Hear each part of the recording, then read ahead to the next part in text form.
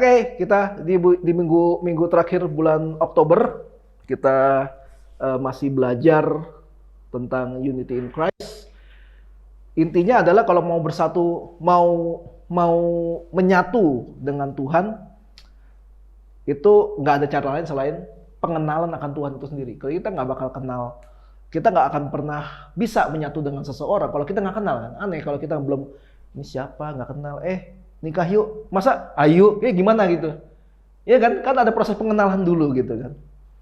Nah kalau di kekristenan jadinya kalau kita mau dikenal Tuhan, kita mau ada reaksi dari Tuhan, ya kita harus kenal Tuhan dulu. Nggak bisa tiba-tiba kita baru nggak tahu apa-apa tentang Tuhan, tiba-tiba doa tuh Tuhan seperti janjimu kami. Janji yang mana? Gue nggak pernah janji sama lu.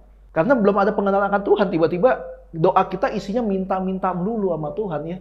Tuhan juga mikir lah, maaf Anda siapa gitu kayak gitu kan.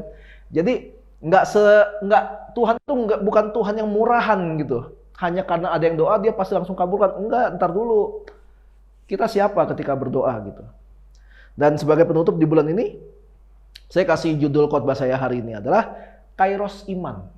Judul khotbah saya hari ini adalah Kairos Iman.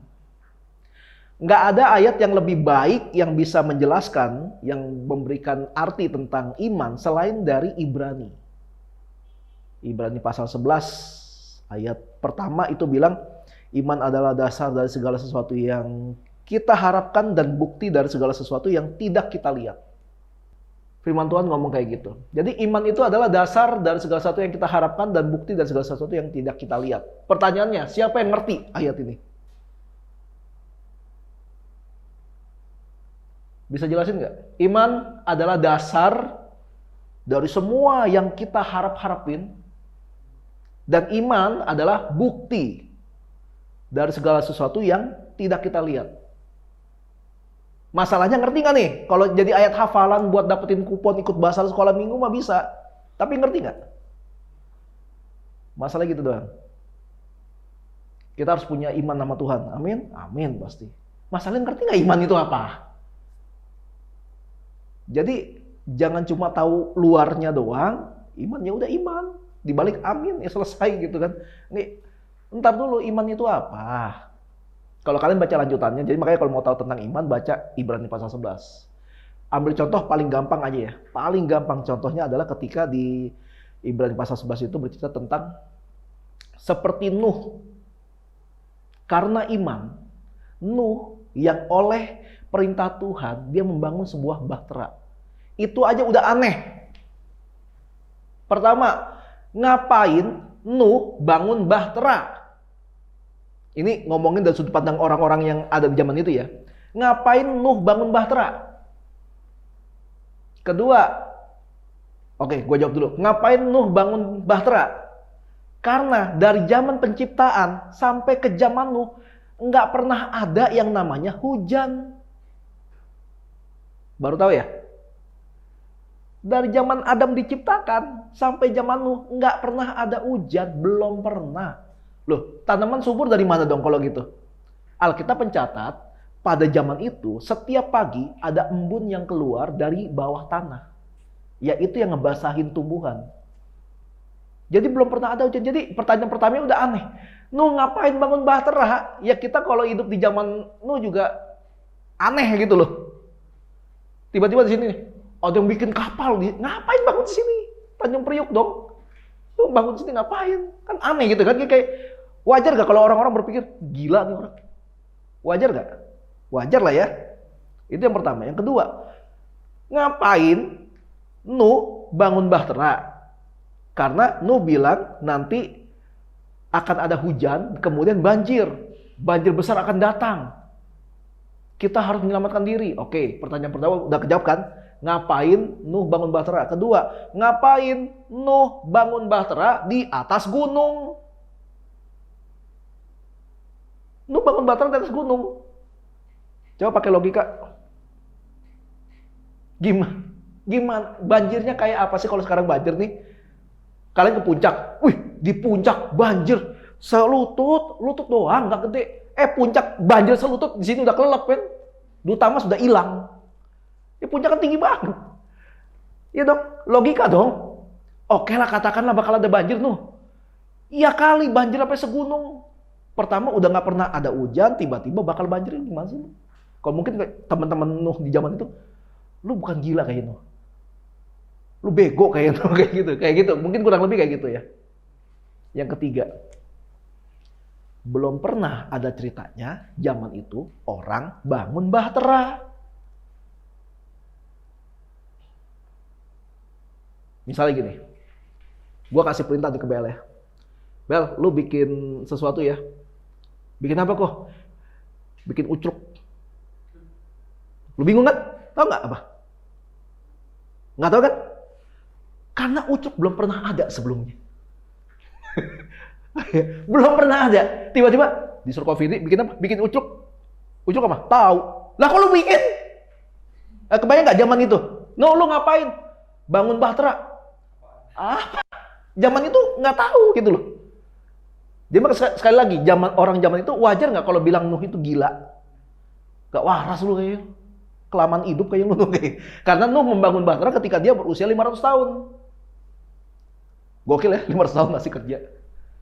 Jadi, tapi masalahnya ketika Nuh membangun bahtera itu, yang nyuruh Nuh bangun siapa? Tuhan. Tuhan udah kasih visi ke Nuh. Nuh, nanti aku akan mendatangkan banjir besar ke bumi ini seperti yang belum pernah terjadi. Kamu dan semua keluargamu aku pandang sebagai orang benar. Karena itu aku mau kamu dan seisi keluarga kamu selamat. Jadi caranya kamu bangun bahtera. Mungkin lu juga sama begonya. Bahtera apaan ya Tuhan? Nah udah gini, pokoknya lu bangun sesuatu dari kayu nih. Ukurannya panjangnya sekian, lebar sekian, tinggi sekian. Dibikin bertingkat-tingkat, lalu bikin berapa jendela, ada berapa pintu, lalu ditutup pakai apa. Udah pokoknya bikin. Sekali lagi, di zaman itu belum pernah ada yang bangun bahtera. Kenapa Nuh tiba-tiba bisa bikin? Karena Tuhan suruh. Nuh tahu nggak apa yang dia bikin? Gue yakin dia juga nggak tahu. Tapi dia percaya karena Tuhan yang suruh. Nah, itu dasar dari segala sesuatu yang kita harapkan. Apa yang Nuh harapkan? Supaya keluarganya selamat dari banjir. Walaupun dia belum pernah lihat banjir seumur hidupnya. Belum pernah. Terus, yang kedua, iman adalah bukti dari sesuatu yang tidak kita lihat. Nuh udah pernah lihat bahtera belum? Belum. Pernah lihat banjir belum? Belum. Tapi ketika bahtera itu jadi, Nuh lihat gak? Lihat dong, karena udah jadi. Dan hasil dari iman yang dia kerjakan akhirnya membuahkan hasil. Lah itu yang namanya bukti. Sebelumnya kita belum pernah lihat nih. Tapi karena kita taat, kita jalanin, jadi hasilnya.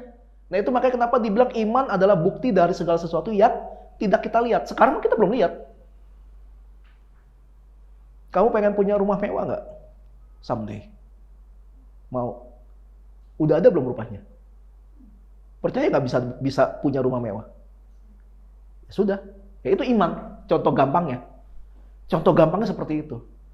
Makanya sekali lagi ketika kita baca firman, siapa yang hafal arti dari iman? Oh, iman adalah dasar dari segala sesuatu yang kita harapkan dan bukti dari segala sesuatu yang tidak kita lihat. Oke, lu ngerti nggak? Kan masalahnya kan gitu kan. Kadang-kadang kita ikut Tuhan, tapi kita nggak ngerti. Nah, itulah sebabnya kenapa banyak hamba Tuhan harus ngajarin ke jemaatnya supaya jemaatnya ngerti. Jadi jangan cuma yang penting kalian percaya dengan iman. Gimana mau percaya dengan iman? Wong kita arti iman yang nggak ngerti. Ya kan? Lama-lama kita percaya bukan karena iman, kita percaya karena nurut sama pendeta. Makanya kenapa nggak heran banyak jemaat Tuhan yang lebih takut sama pendeta daripada sama Tuhan. Lebih kacau lagi banyak orang yang nggak takut sama Tuhan, nggak takut sama pendeta, pokoknya yang penting iman. Lah imannya udah ngaco. Lebih egois tapi mereka anggap iman. Nah itu masalahnya kalau pengajaran tidak diajarkan dengan yang benar. Nah hari ini judulnya kan saya kasih judul Kairos Iman. Iman itu ada Kairosnya. Nah masalahnya, Kairos tahu nggak? Ada dua nih. Satu gue udah kasih tahu nih iman. Kairos. Jadi kata di dalam Alkitab yang menunjuk pada waktu gitu ya. Waktu. Misalnya bahasa Inggrisnya waktu apa? Time. Nah gampang. Bahasa Ibraninya waktu adalah kayak gitu loh. Nah, di bahasa Ibrani mereka memakai dua macam kata untuk menunjuk pada waktu. Yang satu adalah kairos, satu lagi adalah kronos. Jadi ada dua macam nih. Jadi kalau disebut kairos, waktu, kronos juga waktu. Tapi ada dua arti yang berbeda. Nah, kronos itu artinya adalah waktu. Tapi waktu yang secara, ya sekarang nih, sebuah susunan-susunan waktu yang terjadi. Makanya dari kata kronos muncullah kata kronologi. Kronologinya gimana ini tadinya jatuh? Nah kayak gitu tuh, dia ceritain. Nah itu namanya kronos. Itu namanya kronos. Jadi ada tahapannya. Gua pergi naik motor, abis itu turun dan bla bla bla bla bla. Nah itu kronos namanya. Nah tapi kairos. Kairos adalah waktu yang dimana di dalamnya ada kesempatan untuk kita. Dan kairos ini yang memberikan adalah Tuhan. Kalau kronos, natural. Memang ya 24 jam sehari. Nah itu kronos. Tapi kairos adalah sebuah momen. Waktu yang namanya momen. Di dalamnya ada kesempatan. Gue pernah nulis begini. Ketika kesempatan bertemu dengan skill, itulah yang akan membuahkan hasil. Maksudnya gini. Kamu cita-citanya apa sih? Cita-citanya apa sih kamu? Pengen apalah gitu? Pengen jadi apalah gitu? Jadi gantungan kunci gitu apa gimana gitu? Misalkan gini. Gue pengen jadi seorang music maker yang terkenal lah taruh gitu. Nah ini gue lagi pengen. Sekarang gue lagi pengen. Masih dalam tahap kronos. Suatu hari gue ditemukan dengan satu orang, diketemuin sama satu orang, dia punya lagu, pengen banget lagunya jadi punya musik yang bagus gitu. Lu bisa bikinin nggak? Nggak bisa, gue bilang. Oh bikin, coba bilang bikin. Akhirnya gue bikin. Maunya kayak gimana karakter musiknya? Rock, oke. Di intronya mau seberapa panjang, baitnya kayak gimana? Ini mau dibikin dinamikanya bagaimana? Akhirnya sampai jadilah lagunya. Akhirnya orang suka. Orangnya suka, gue dibayar. Karena dia suka, dia bikin lagu lagi satu. Dia panggil gue lagi buat bikinin. Nah, gue ketemu sama dia, itulah kairos. Di dalamnya kesempatan. Kesempatan apa? Dia nanya, gue punya lagu, lu bisa bikinin musiknya nggak? Karena gue punya skillnya, gue bilang bisa. Kapan gue punya skill bikin musik ini? Dari gue masih SMA. Gue udah punya skillnya, cuma belum jago. Akhirnya gue asah terus. Sampai gue belajar tentang recording. Waktu gue belajar recording, nggak ada job gue. Karena nggak kepikiran buat nyari job juga dari recording. Tapi karena gue latih terus, lama-lama skill gue naik. Dalam keadaan gue belum punya job. Maksudnya belum punya job untuk bikin musik. Karena gue nggak mikirin job buat bikin musik. Gue belajar musik, belajar recording. Untuk kalau gue bikin lagu, gue bisa bikin musiknya. Suatu hari Tuhan temukan gue sama orang yang bisa bikin lagu tapi nggak bisa bikin musik. Tapi ada duitnya, gitu. Dia punya duit buat bayar gue. Ketemu lah. Akhirnya terjadilah. Ini yang punya lagu, gue bisa bikin musik. Dia bayar gue, dia dapat lagu. Nah itu namanya kairos. Kebayang kalau seandainya dia tanya, gue ada lagu, lu bisa bikin musiknya nggak? Nggak bisa. Akhirnya kelewat. Opportunity-nya hilang. Karena gue nggak pernah melatih diri gue untuk ningkatin skill. Makanya dapat kesempatan bagus aja nggak cukup kalau tidak dibarengin dengan kemampuan yang baik. Makanya kesempatan kalau ketemu dengan kemampuan itulah yang namanya bisa menghasilkan. Sama kalau dibalik, lu punya kemampuan main musik, tapi lu nggak pernah ada kesempatan buat nunjukin kemampuan musik lu, nggak guna juga kan? Jamuran juga kan? Nah makanya kenapa butuh ada kesempatan, ada kemampuan. Nah itulah kairos. Kenapa gue sama Levi baru di tahun ke-10 pernikahan, baru dipercayakan Tuhan untuk bisa punya anak. Ya, kita beriman aja, itu kairosnya Tuhan. Kalau kita mau introspeksi diri, gue udah berapa kali ngomong sama Levi, seandainya dari tahun pertama kita nikah, Tuhan udah kasih anak. Gua nggak kebayang kasihannya kayak apa anak kita. Karena waktu awal-awal nikah, sampai tahun kesekian pernikahan, kita kalau berantem lumayan parah. Lama-lama nih anak nggak keurus.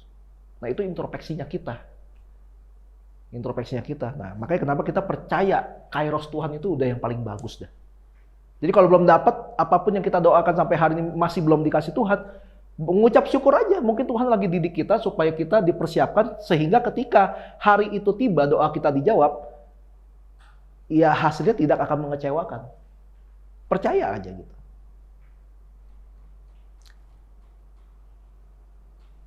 Jadi udah tahu ya, kairos dan iman. Gua gabung, kairos iman. Kenapa? Karena iman punya kairosnya sendiri-sendiri. Misalkan semua nih, kita sepakat nih, ayo kita berdoa yuk. Kita semua pengen punya rumah mewah misalnya gitu. Sama-sama berdoa nih. Katakanlah gitu ya. Tuhan, gue pengen punya rumah mewah. Gue juga Tuhan pengen. Aku juga apalagi, aku pengen lebih mewah dari rumahnya dia. Ya, kayak gitu misalnya doa gitu ya. Tapi ketika Tuhan kabulkan doa itu, kairosnya belum tentu sama. Mungkin kamu 4 tahun lagi baru Tuhan kasih. Mungkin ya. Lo baru dikasih 6 tahun lagi. Kamu baru dikasih 2 tahun lagi. Misalnya Koko baru dikasih lusa nih. Misalnya kayak gitu. Ya. Itu kairosnya. Tuhan mempercayakan. Karena Tuhan udah percaya. Nih, oke, dia udah bisa. Kairos. Ada waktunya. Dari kita berdoa sampai Tuhan kabulkan, ada waktunya. Dan gak bisa diganggu-gugat. Kalau kita memaksakan terjadi secepat mungkin, kita akhirnya mengusahakan sendiri tanpa tunduk sama apa yang Tuhan ingin kasih gitu. Akhirnya akan mengecewakan juga karena kita gak siap. Ingat ya, berkat itu bisa membuat kita jadi lebih baik, tapi berkat juga bisa membuat kita jatuh dalam dosa. Kalau waktunya gak pas. Nah, kita ambil contoh. Abraham, tahu Abraham nggak? Tahu ya? Ya pertanyaan aneh. Gimana sih masa Abraham nggak tahu? Kapan Abraham diberikan janji kalau dia akan memiliki anak? Dan keturunannya akan banyak seperti pasir di langit dan bintang di laut. Nah bagus, akhirnya dia sadar. Cuma dia yang sadar. Oke. Nggak, kapan? Usia berapa sih Abraham mendapat janji kalau dia akan memiliki keturunan yang banyak? Ya udah, nanti durasi kepanjangan. Usianya waktu Tuhan kasih janji itu ke Abraham adalah usia Abraham waktu itu 75 tahun. Untuk tahun segitu itu usia masih muda. Enggak deh. Udah tua gitu. Istri Abraham namanya Sarah. Waktu itu namanya Sarai, belum Sarah. Itu mandul. Dan usia Abraham 75 tahun. Itu udah menopause gitu loh si Sarah. Tapi Tuhan bilang kamu akan punya anak. Pakai logika otak kita ya. Bakal percaya gak lo? Gimana sih, aneh-aneh aja. Bini gue mandul. Kalaupun gak mandul, udah menopause dia. Kalau kita mau ngajarin Tuhan gitu. Tapi Tuhan bilang apa? Kamu bakal punya anak. Lewat istrimu yang ini gitu, lewat si Sarah ini. Ya udah singkat cerita dia percaya ya, Abraham percaya dan bla bla bla bla. Kapan Abraham punya anak? Umur berapa? Gak tahu. 100 tahun. Pertanyaan gua, berapa lama dia nunggu? 25 tahun. Iman Abraham diuji. 100 tahun orang bilang mustahil lu bakal punya anak.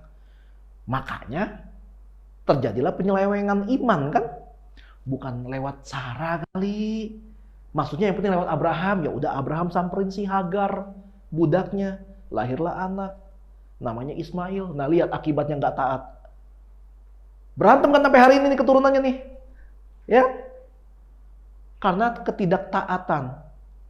Tapi karena Abraham bertobat, tetap Tuhan akan kabulkan. Kapan Tuhan kabulkan? Di masa-masa di mana orang bilang mustahil. Gini, kalau semua karya Tuhan itu masuk akal, kalian bakal percaya Tuhan nggak? Misalnya, kamu sakit, demam. Demamnya ya gampang, demam ringan aja gitu. Ya masih bisa keluyuran keluar. Terus minum obat buat penurun demam. Demamnya turun, kamu sembuh. Ngucap syukur nggak? Belum tentu, gue berani jamin. Tapi kalau demamnya, kamu demamnya tinggi. Tinggi banget sampai senada aja kalah tingginya. Tinggi banget demamnya. Ngomong, ada yang pernah kena demam tinggi nggak? Yang sampai 37, 38, pernah nggak? Bisa gerak nggak? Nggak. Terlalu lemes kan untuk itu kan. Katakanlah kamu udah diambang di ujung toleransi badan kamu.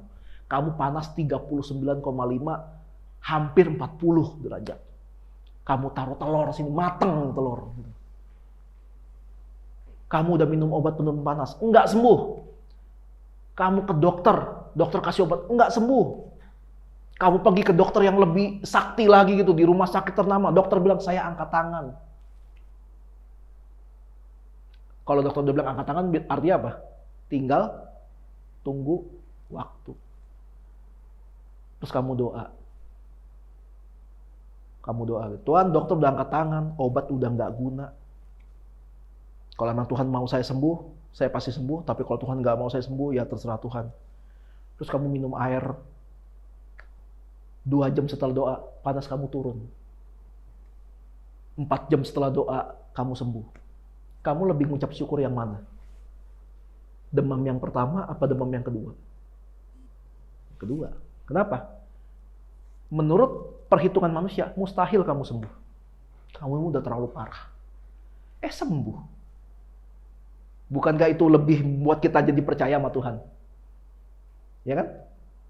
Nah, Tuhan kadang-kadang suka memberikan mujizat itu dalam kondisi di mana semuanya udah angkat tangan. Semuanya udah nyerah. Untuk membuktikan kalau dia Tuhan gitu. Karena kalau semuanya berjalan dengan baik, rasa syukur kita kurang. Tapi kalau kita menjalani itu dengan susah payah, tapi ternyata kita masih bisa dilolosin, rasa syukur kita itu akan lebih tinggi daripada yang kurang gitu loh. Kurang effortnya. Biasanya kurang effort, bersyukurnya juga kurang. Tapi kalau effortnya lebih banyak, biasanya banyak juga bersyukurnya. Itu Abraham. Yusuf dapat mimpi kalau dia akan menjadi pemimpin di satu tempat gitu. Dia belum tahu kan waktu itu kan jadi pemimpin di mana. Yusuf dapat mimpinya umur berapa? 17 tahun. Kapan Yusuf jadi penguasa Mesir? 30 tahun. Betul, 30 tahun. Berapa tahun tuh berarti nunggunya? 13. Loh, kok lamaan Abraham? 25, Yusuf cuma 13, Tuhan gak adil. Ntar dulu, lain. Ini lain kisah. Ada kairosnya kan Yusuf kan? Daud diurapi jadi raja, itu sama umurnya 17 tahun.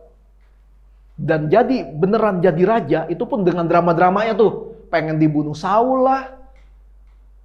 Ketemu menghindari musuh, pura-pura gila di depan orang Filistin. Ketemu barisan sakit hati yang akhirnya jadi tim sesnya dia. Dan akhirnya sampai jadi raja, itu umur 30 tahun. Sama 13 tahun juga, mirip kayak Yusuf. Israel ketika bebas dari Mesir, perbudakan Mesir. Itu di padang gurun, harusnya mereka kalau jalan kaki ya, jalan kaki nih di padang gurun, sampai ke tanah Kanaan yang dijanjiin itu. Palingan kayak 3 minggu udah nyampe. Tapi Alkitab nyatet berapa lama? 40 tahun. Muter aja terus di padang gurun. Nah itu ada kairosnya Tuhan. Kenapa dibikin muter 40 tahun? Baca kitab Keluaran. Di Alkitab, di kitab Matius atau kitab Lukas, ada 2 nama yang mungkin orang banyak nggak notice. Ketika Yesus waktu masih bayi dibawa ke Bait Allah, satu, ada orang yang namanya Simeon. Yang kedua, ada seorang nabi perempuan namanya Hana. Dua-duanya udah tua, bener-bener tua. Mereka ngapain di situ? Dicatat, mereka selalu berdoa tentang kedatangan Mesias. Tiba-tiba mereka waktu lihat ada bayi Yesus, mereka langsung dua-duanya langsung kayak tak gitu. Mesias, boleh gua gendong nggak? Terus sampai bilang, ya Tuhan, gua mau gendong penyelamatku, sampai pakai gitu. Simeon dan Hana. Dia tahu itu bayi Yesus itu bayi Mesias. Simeon sampai bilang gini, Tuhan, abisin saya mati pun saya rela. Ini orang nunggu seumur hidupnya tentang kedatangan Mesias. Gua nggak catat berapa tahun. Ini udah tua banget pokoknya ini orang. Lalu Yesus, berapa lama? Dari dia dari dia memulai pelayanan sampai pelayanannya selesai, yaitu dia mati di kayu salib. 3,5 tahun. Pendek amat kan? Tapi Yesus persiapannya dari bayi sampai usia 29 tahun, sampai 30 tahun. Persiapannya semua tentang kairos. Sebelum kita menerima janji Tuhan, sebelum kita menerima apa yang kita doakan, Tuhan selalu mempersiapkan kita. Masalahnya lu mau taat nggak ketika dipersiapkan? Ya kan? Lu minta apapun, gue yakin Tuhan pasti akan jawab. Kamu doa, Tuhan aku pengen jadi Miss Universe. Oke, Tuhan kabulin. Masalahnya kamu harus ikutin prosesnya.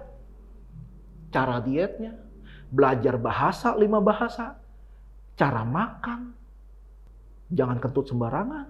Kayak gitu misalnya kan. Lu harus belajar itu semua. Jadi ketika kita meminta sesuatu dari Tuhan, ada prosesnya. Proses itu mau lu bisa nikmati, nggak bisa nikmati, proses itu harus lu jalani. Jadi kita bisa lihat, kalau kairos tiap orang itu beda-beda semua durasinya. Beda semua. Sesuai dengan apa yang sudah Tuhan percayain. Jadi jangan ngeburu-buruin kairos. Jangan mentang-mentang lu mampu, lu langsung ambil jalan pintas buat penuhin kairos. Makanya orang yang nggak sabar dengan kairos, makanya melakukan korupsi, suap petugas lah, terus senggol orang atau enggak sikat orang supaya lu yang di depan nggak mau taat. Makanya orang yang nggak mau sabar dengan kairos. Lihat orang yang seperti itu ya, gue pernah bilang gini, sesuatu yang cepat kalian dapatkan, cepat juga bakal hilang. Makanya semuanya tentang proses. Kairos itu tentang proses. Kalau kita lihat lagi di Ibrani pasal 11 ayat 6. Tetapi tanpa iman tidak mungkin orang berkenan kepada Allah. Sebab barang siapa berpaling kepada Allah, ia harus percaya bahwa Allah ada. Dan bahwa Allah memberi upah kepada orang yang sungguh-sungguh mencari Dia. Tanpa iman tidak mungkin orang itu berkenan sama Tuhan. Jadi kalau kita dalam hidup kita jalani sesuatu gitu, kita doa sama Tuhan, terus tiba-tiba langsung kayak, udahlah, nggak usah lah, kayaknya repot. Nah, iman lu luntur, berarti lu nggak punya iman. Makanya Yesus nyindir kan, kalau kamu punya iman sebesar biji sesawi aja, lu suruh gunung pindah-pindah. Itu bukan soal beneran segede biji gitu, bukan. Maksudnya itu nyindir, lu nggak punya iman maksudnya. Walaupun cuma kecil imanmu sama Tuhan itu lu nggak punya, itu Tuhan nyindir. Jangan aneh. Jadi dulu tuh pernah sampai ada yang aneh-aneh. Iman gue sih kayaknya udah segede biji durian. Kenapa jadi ngomongin biji sih? Nggak ngerti konteks soalnya orang. Jadi tanpa iman kita nggak mungkin berkenan sama Tuhan. Kalau kita ngomong gitu, gue percaya Yesus sebagai Tuhan. Nah, lu harus percaya juga kalau Yesus itu beneran ada. Yesus beneran ada, berarti hukum-hukumnya ada, perintah-perintahnya ada, dan itu semua harus kita lakukan. Salah satu perintahnya apa? Pikul salib, sangkal diri.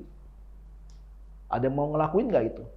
Gue pernah ke gereja karena gue sadar gue mesti ibadah. Jadi waktu itu gue masih ada sakit demam tapi dikit doang. Jadi gue ke gereja pakai jaket gue supaya nggak kedinginan.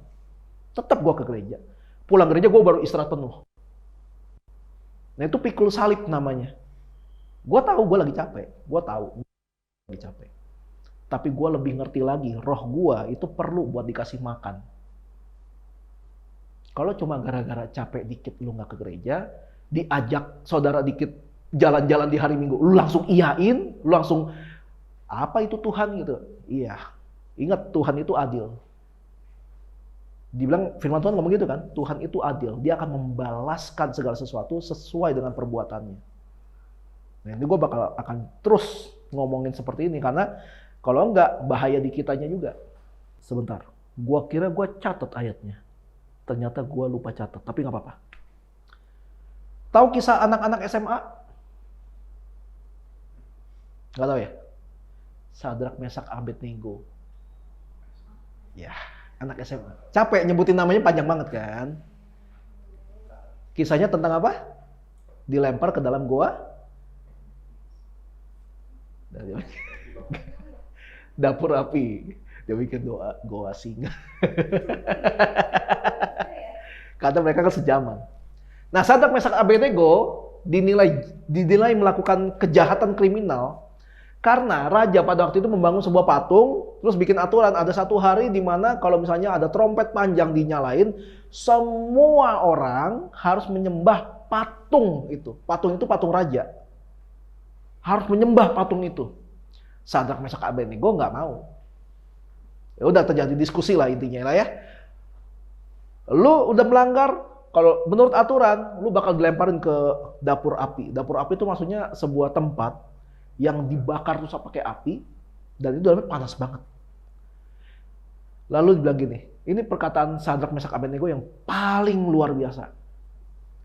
Dia bilang gini, dia masih menaruh hormat sama rajanya tapi ya, wahai tuanku raja, kami percaya Tuhan yang kami sembah mampu melepaskan kami baik dari dapur api itu maupun dari tangan dari tuanku raja.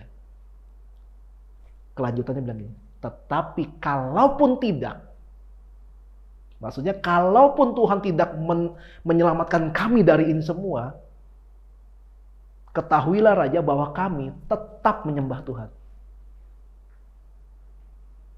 Bisa nggak kita ngomong kayak gitu? Tuhan, gue berdoa supaya gue dikasih ini, gue dikasih ini, dikasih ini. Tapi kalaupun Tuhan gak kasih, gak apa-apa. Bisa gak kita ngomong kayak gitu? Lu udah doa mati-matian gitu ya. Nggak dapet. Tapi lu tetap bilang, Tuhan Yesus itu baik. Bisa gak lu kayak gitu? Ya itu yang dilakukan sama anak-anak SMA. Di kisah dapur api ini, mungkin banyak dari kita nih berpikir, oh kairosnya Tuhan kayaknya tiba-tiba pas pengen dilempar ke dapur api, wah ikatannya lepas. Terus semua prajurit ngelawan si Sadrak, Mesak, Abednego, terus entah kekuatan dari mana, diginin dikit, langsung 1000 orang jatuh gitu. Pengennya mungkin kayak gitu ya. Ya kan? Yang penting batal dilempar ke dapur api, mati nih soalnya nanti dilempar ke dapur api gitu kan. Tapi kan kenyataannya enggak kan? Raja saking marahnya dengan perkataan anak-anak SMA ini, raja saking marahnya bilang, panasin dapurnya 7 kali lebih panas. Tahu nggak akibatnya apa? Prajurit yang ngegotong si Sadrak, Mesak, Abednego ini, yang harusnya tugas buat ngelempar ke dalam, itu dia masih di luar, mati kebakar. Belum masuk loh, saking panasnya. Tapi kairos yang pengen Tuhan tunjukkan bukan kairos seperti itu. Kairos yang Tuhan tunjukkan kepada Sadrak, Mesak, Abednego adalah, walaupun kamu dilempar ke tempat yang buruk, tempat buruk itu nggak akan berpengaruh buat hidup kamu. Kita boleh nih dikeroyok misalnya sama semua orang di kantor. Tapi mohon maaf, Tuhan gua lebih besar. Walaupun dikeroyok sama satu area, satu orang kantor gitu atau satu tempat kerjaan, tapi kalau Tuhan mau ngangkat gua ke atas, Tuhan bakal ngangkat gua. Wah, jadi kalian cuma bisa ngejelekin orang, tapi kalian sendiri nggak akan naik kemana-mana. Nah maksudnya seperti itu. Tempat yang kita masukin boleh aja buruk, tapi hidup kita tetap dipelihara Tuhan. Nah itu yang Tuhan mau tunjukin lewat kisah Sadrak, Mesak, Abednego. Jadi jangan membentuk opini tentang kairos sesuka kita. Kalau gua sampai keluar dari rumah ini, dari gereja ini, disamperin sama orang kaya, kamu mau rumah mewah, ini buat kamu. Nah itu berarti kairosnya Tuhan, enak aja. Ya nggak gitulah, itu namanya lu ngatur-ngatur Tuhan. Kairosnya Tuhan ya terserah Tuhan. Tugas kita adalah percaya dan menjalani hidup kita. Itu tugas kita. Semua orang percaya itu harus punya iman untuk bisa berkenan nama Tuhan. Harus punya iman. Yang kemudian iman itu termanifestasikan dalam hidup kita dalam bentuk pelayanan. Lalu bilang mengasihi Tuhan tapi lu malas melayani, gimana ceritanya lu bilang mengasihi Tuhan? Nggak ada buktinya kan maksudnya kan? Ya gimana? Nggak ada yang percaya juga gitu. Nggak ada yang percaya juga sama kata-kata lu akhirnya. Nah, jadi semua orang percaya harus punya iman supaya dia berkenan sama Tuhan. Dan iman orang itu harusnya termanifestasi dalam bentuk pelayanan. Dan setiap iman, tiap orang masing-masing itu punya kairos iman. Mukanya bingung kayaknya. Sekali lagi ya. Setiap orang harus punya iman supaya bisa berkenan sama Tuhan. Sampai situ dulu. Dan orang yang katanya punya iman sama Tuhan supaya dia berkenan sama Tuhan, itu akan kelihatan dari hidupnya lewat pelayanan. Jadi orang yang melayani Tuhan harusnya karena dia punya iman terhadap Tuhan.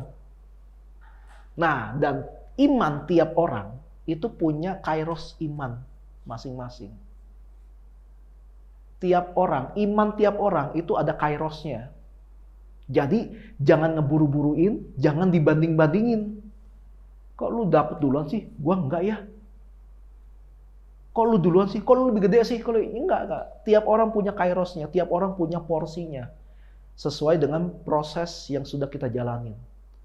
Nah, itu didikan Tuhan. Makanya jangan menilai berkat Tuhan, jangan menilai prosesnya Tuhan dari sudut pandangnya kita. Kita harus menilai semuanya itu dari sudut pandangnya Tuhan. Cara taunya dari mana? Baca Alkitab. Kalau mau tahu caranya kayak gimana. Oke? Amin. Yuk, kita sudahi. Tuhan memberkati.